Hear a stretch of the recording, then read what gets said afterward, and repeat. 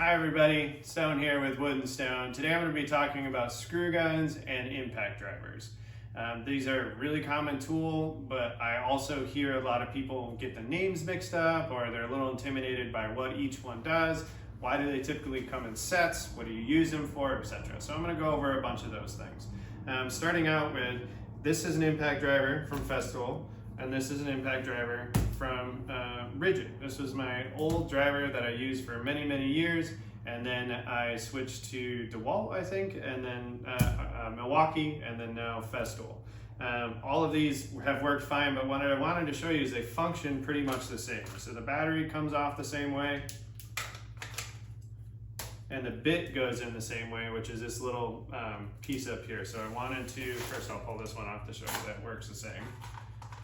One of the nice features on these, if you look at the batteries, and this is most brands nowadays, you can press here and it'll show you how much of a charge that you have. That's super handy.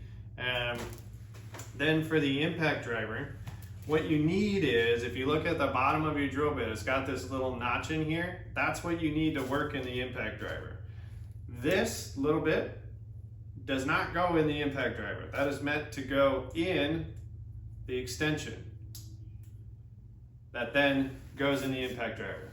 You push the front forward, put your bit in, let that drop back. Works the same on the Rigid. Okay, so that is what holds that in there.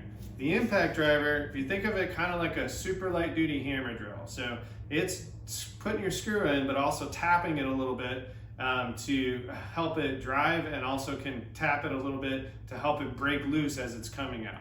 So the main thing that we use this for is it runs at a higher RPM, so it's going to drive the screws faster, and it has that impact on it, so it helps them drive in a little bit easier. This runs at a lower RPM. Your screw gun runs at a lower RPM, but I use this, my typical setup is this is going to have a countersink for the pre-drill and the countersink, and then this one's going to be set up for whatever screws that I'm trying to drive in. So battery comes on and off the same way, and then I push my bit in. If I'm trying to show you this, but if you hold this here, the chuck opens up, and then if you turn it so that it's driving, which is this trigger here, changes left and right, you can see that it closes up. Okay, so we're going to open this back up. We're going to hold our drill bit in there. We want to make sure that we're not getting it. We want to make sure that it's centered. What you just seen there was that clutch came down and it actually grabbed it off-centered. So we want the drill bit centered. Good way to check is you can just run it, and you see it's not wobbly. That's how we want it. Then we put our drill bit, driver bit into our impact driver, and this is a typical setup that I have for operating screw gun and an impact driver. And this is an efficiency thing. You can run both of these bits out of here. The difference is you're going to pre-drill, and then you're going to switch the bit out and drive all the screws in. That's it.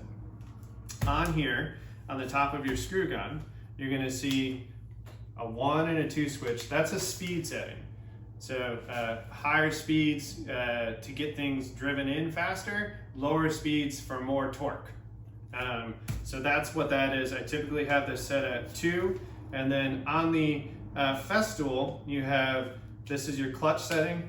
So meant for driving, meaning the clutch isn't going to set it off at all, and then meant for screws so that you don't overdrive.